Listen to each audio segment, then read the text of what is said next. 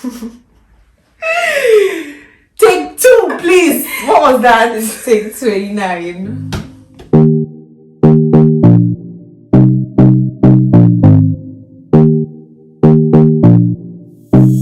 Hi guys, welcome to my channel. My name is Onyinye. If it's your first time here today, then you're absolutely welcome. And if you are a returning subscriber, you're the real OG. I appreciate you. Thank you for coming back again.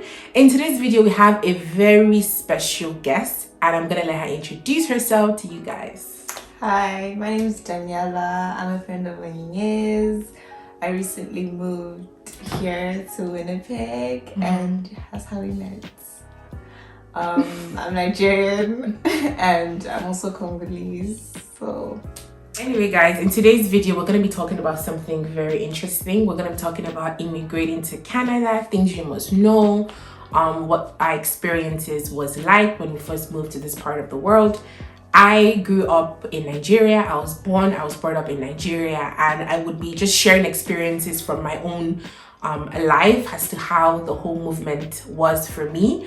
And again, this is just my personal opinion. It doesn't mean it applies to everyone living in Canada who had immigrated from Nigeria. So I hope you guys are able to learn a thing or two from this video. Don't forget to give it a like, subscribe if you're not subscribed, and leave a comment in the comment section down in Nigeria. So when did you move to Nigeria?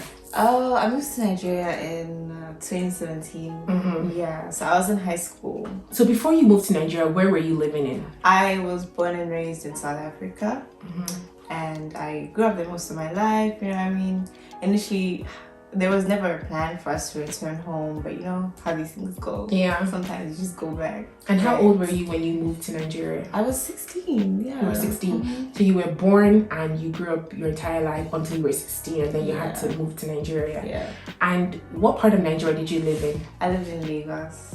Did you experience any culture shock, like from South Africa to Lagos? Yeah. I mean, I had been going back and forth for a little bit when I was younger, but culture shock, yes, there definitely was a culture shock. Like Lagos is very buzzy. It is, you know. Yeah, it's like where things are happening in Nigeria. There's always something happening. It's crazy, all hours of the day. You know what I mean?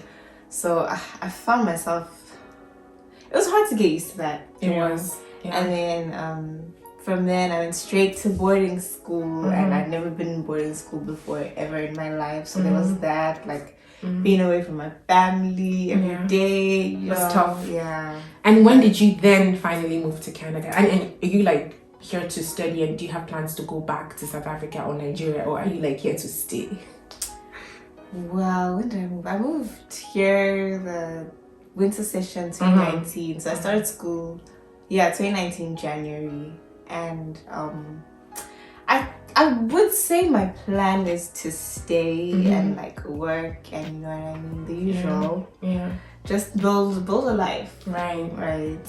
But I do have plans on like returning home at some point in my life. You know, like one day. It would be nice to I think everyone has, like, for most people, I wouldn't say everyone, most people have, you know, the mindset of they want to just stay here, settle, and then maybe later on in life move back to like their country of origin. So how has the experience been for you since you moved to Canada? I mean, being Nigerian and being Congolese, how did you, and I mean, you've lived in so many parts of the world, maybe not so many, but of course, I've only lived in Nigeria, so you have had the opportunity to live in South Africa and also Nigeria, and then now you live in Canada. So what is that experience like for you? I would say that every place is different and every place is unique, and I feel like every place has influenced the kind of person that I am. Yeah. Do you know? So Canada doesn't necessarily feel like home. In what sense? Why would you say that? In the sense that when I first came, it was really lonely. You didn't have like any that friends? First year, it was lonely. I didn't have friends. I had some extended family that I wasn't really close with. That, like, you know, I couldn't just say, "Oh, let me go and visit." Do you get? So like it was a very, very lonely year, that first year. But as I started adjusting and getting to know people and just like getting used to what life is like here, things improve. I would say I'm comfortable, but I feel like I always kind of feel like this place is not so permanent. Right. Yeah. Right. And for anyone looking to move to Canada, what is one thing you'd like them to know about this place? I mean, you live in Winnipeg, but you had lived in Quebec before moving to Winnipeg. For someone maybe who's like straight out of high school in Nigeria, just looking to come to Canada to study, to start their life, what is that one thing you'd say to them before coming? I would say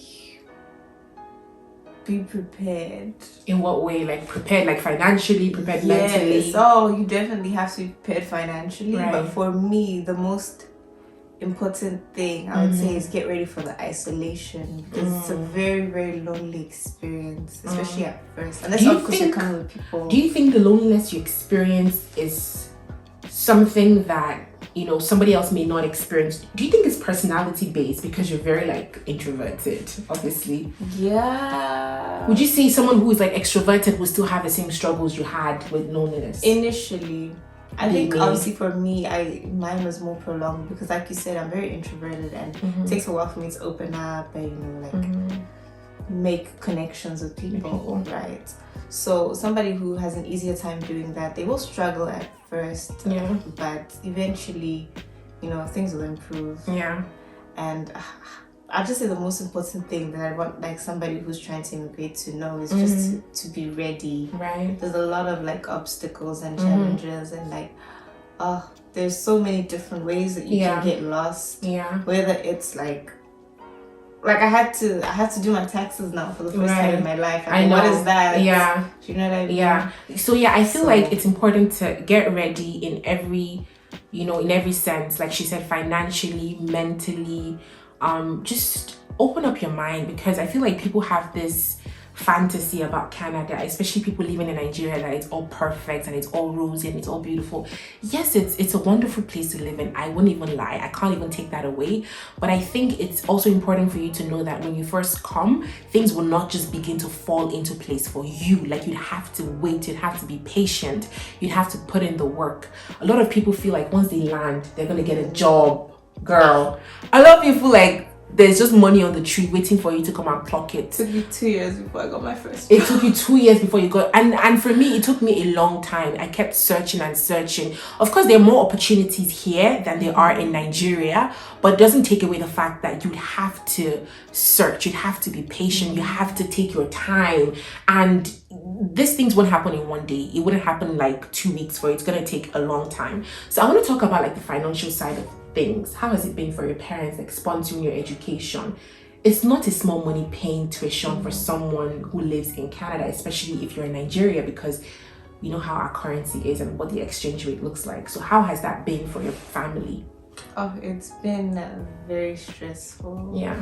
And international student fees are a scam. Yeah, they're expensive. Very bad. Like they're twice as much as domestic. Twice or fees. Triple. Yeah, it could be triple depending on the program. Right.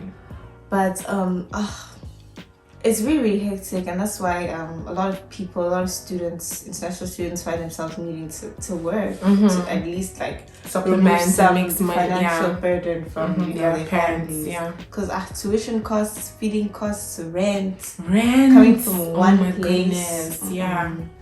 Right, no, that makes perfect sense. A lot of like international students, even when they're taking like 3 courses, even when they're taking like the maximum 5, they still need to get a job because they need that extra money to, you know, buy groceries, to, you know, pay for their house rent, to add to their tuition. Personally for me, it has not been easy, and I do not just say this like for myself. I also have friends that financially for their families as well, it's like always difficult to come up with the money before the semester starts and things like that. But yeah, I just feel like that's something, you know, people should know before coming to Canada. You have to have your funds in place. You need to know where your money is coming from. Are your parents going to be paying your tuition? Are you going to be sponsored? Like, what are the odds? Like, what are you doing? Because it's easy to just think that, oh, when you come over, things would be easy. But then again, you don't want to be stranded. You don't want to be confused as to where your next tuition will come from. So it's good to put those things in place. I also wanted to ask, so what were some of the culture shock you experienced when you first came here? Oh my gosh. So funny story. Mm-hmm. When I first landed, I went straight to college. Like they already arranged res and stuff like that. I was meant to stay in res. So res is residence. Yeah. Just in case you don't know. So yeah, first place they showed me was the cafeteria, and they were like, oh, you know, this is where, you know, the food is. Yeah. I got there and I was so surprised. Like, oh, I just saw so much like junk. Like it was bad. Like they didn't even have, you know, those plastic salad containers. They didn't have that. So it was just such unhealthy food, number one.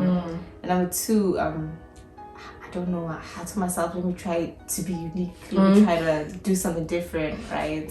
So I was like, oh, okay. I went to this one stand that had like poutine. Someone suggested I should get poutine for the first time. That was the first time you were eating poutine. Yeah, my first day in this country, I ate poutine and I loved it. You did? Yeah, a lot of people say it's really gross, but I love I actually poutine. like poutine. Poutine is, how do we explain poutine? It's like fries And then gravy and cheese curds. Yeah. It's good. It is good. So food-wise, how has that transition been for you? Food-wise, I'm a very lazy cook now. So I don't really like to cook too often. I like quick and easy meals, fries, wraps, poutine, cheese, this, that. That's how I cook now. Like, have you always been that way, or is it just something you... No, because when I was at home, you know, who was cooking? Wasn't not me. Mom will be doing whatever she's doing. My dad will be doing whatever he's doing. You have to eat. You know what I mean? So like I would, you know, make the usual fried rice, rice, soup, this, that, the normal stuff. But like I've since been here, I can count on one hand how many times I've cooked. How many times you cooked? I know. It's so easy to like order food in this part of the world.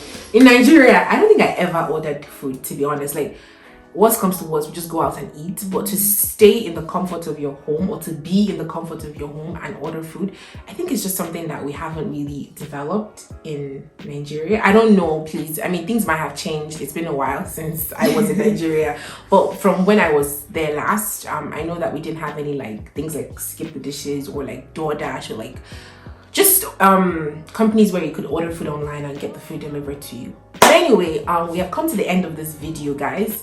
I hope you did learn a thing or two. If you want to see a part 2, then leave that in the comment section below and just maybe you would consider. So thank you guys for watching. I hope you enjoyed it. I'll see you in my next video. Bye and God bless you. That was so awkward. How was the video? I felt awkward. The entire video? No, I mean...